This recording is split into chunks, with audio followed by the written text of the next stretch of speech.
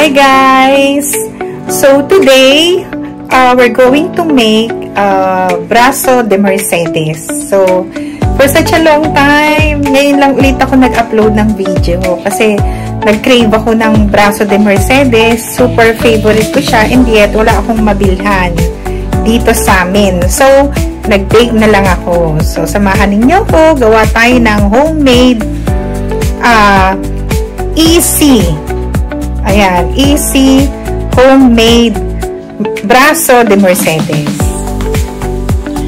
Okay guys, now let's start making braso de Mercedes. So, ito yung mga ingredients niya, no?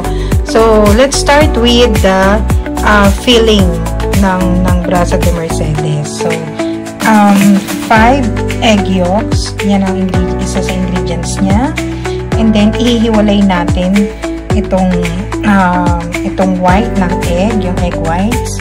And then, 1 can of evaporated milk and 1 can of condensed milk.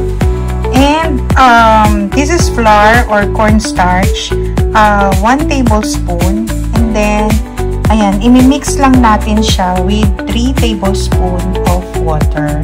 So, mix natin siya. So, nag-start na tayo with eto. Ayan, 5 egg yolks. Ayan, halu-haluin na natin. And then, okay. So, haluin na natin. Siya. Okay. Mix na natin siya with condensed milk. Inuna ko na siya.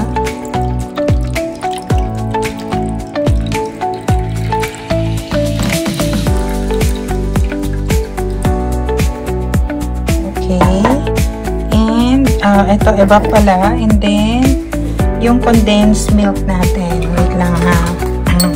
Okay. So, dali lang actually yung paggawa nito eh.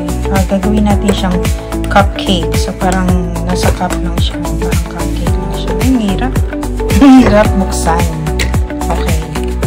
So, ayan siya.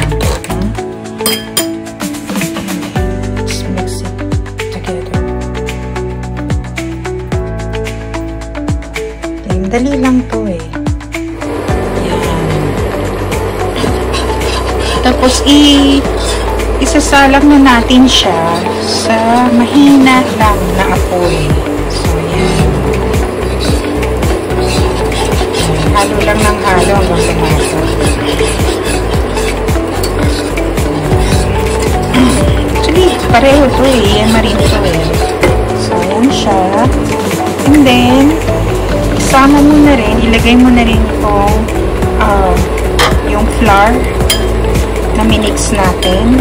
Minix natin sa again, 1 tablespoon ng flour. Tapos, imimix mo siya sa 3 tablespoons of water. Ayan. So, halo lang ng halo.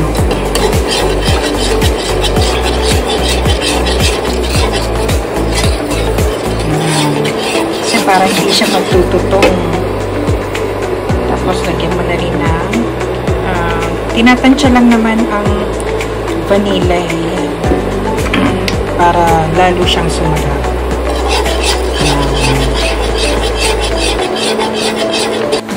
Pag medyo malapot na siya, lagyan niyo siya ng 2 tablespoons of butter, salted.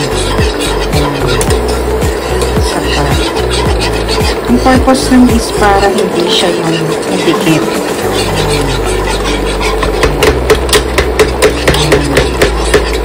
Salo ulit.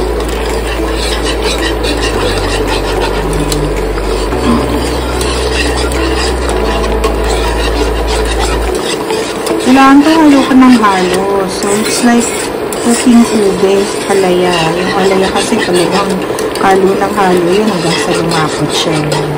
So, makuha mo rin yung consistency na gusto mo. So, ayan. Kasi yan, pag natuyo naman siya, lalapot na siyang pusa. Hindi pa siya ganun kalapot. Kaya lang kasi, ito, mamaya, lalapot na yan eh, ng sobra. So, iwasan natin na sobrang malapot, tsaka lang natin siya ipatayin. So, ayan. Actually, the same recipe, ito na yung pwede mong gawin sa pang-yema cake. Kasi ito mamaya, lalagay lang natin sa ref. Pag malamig na siya, lagay mo, pwede na sa ref. Takpan lang ng plastic. Cover lang siya. Tapos, ayan, magbubuo na siya. Pwede na siyang i-pipe.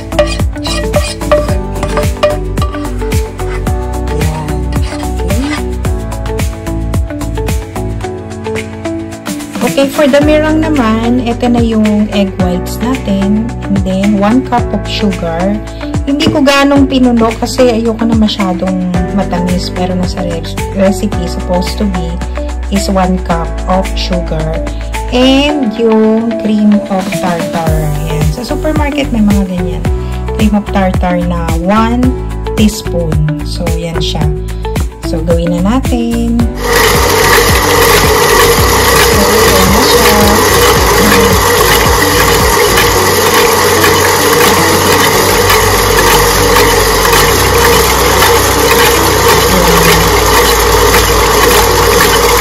So, simula, ano lang muna siya, yung low speed. Mamaya i-high speed na natin. So, para lang na-mix muna siya. Then, wala mo ng sugar and yung cream of tartar. Mamaya na natin lalagyan. So, and then, unti-unti lang natin i-ano yung sugar, ihahalo. Yan. Pagka medyo malalaki na yung bubbles niya. May natitira pa, pag mo na lahat yung kusanin, unti-unti lang siya. So, yung half, set aside muna natin. And then, ilagay na rin natin yung 1 teaspoon ng cream of tartar.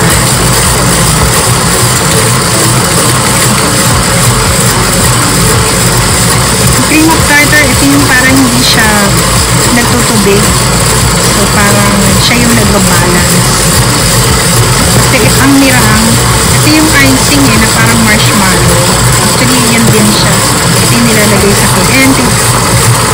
Slowly, ilalagay mo na lahat. Ayan siya. Para ma-mix siya talaga.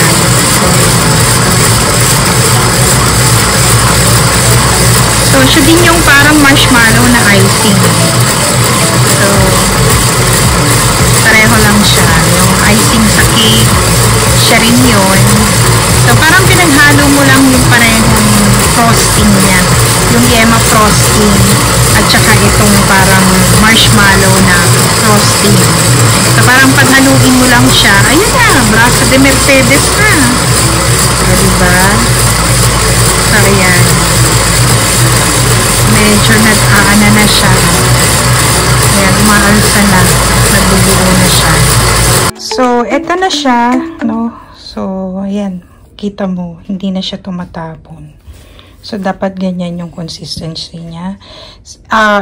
Ilalagay na natin siya sa piping bag.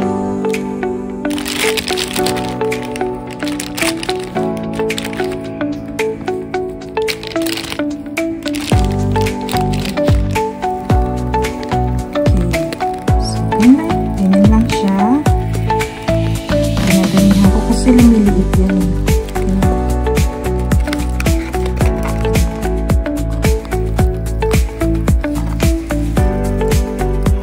Hindi ako masyadong magaling sa piping.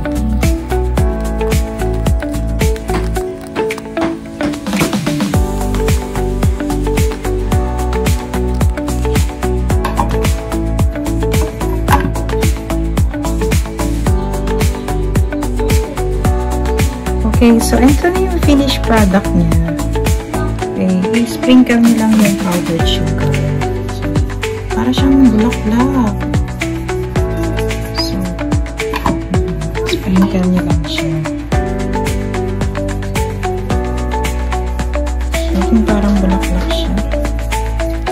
Okay.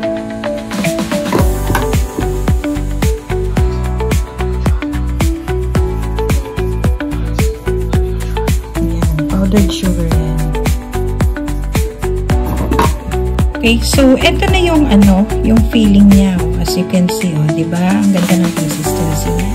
So, hinayaan ko lang siya eh. Ipapipe na natin siya dito. Yan.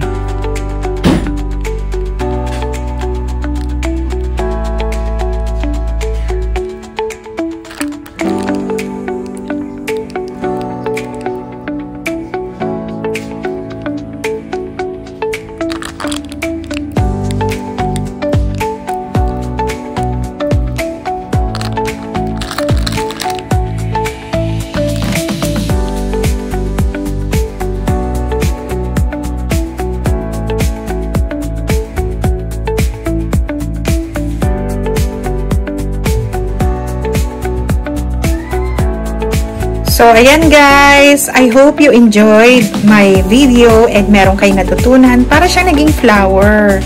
Pero, ayan matigas naman siya. So, natikman na namin and super sarap. So, hindi siya masyadong matamis. So, gawin nyo na to mga mamis and pwede nyo rin siyang pang negosyo. So, sarap niya. So, napakadali niyang gawin, diba? So, till next time, and please do subscribe to my YouTube channel, Ma'am Core. So, thank you, thank you, thank you!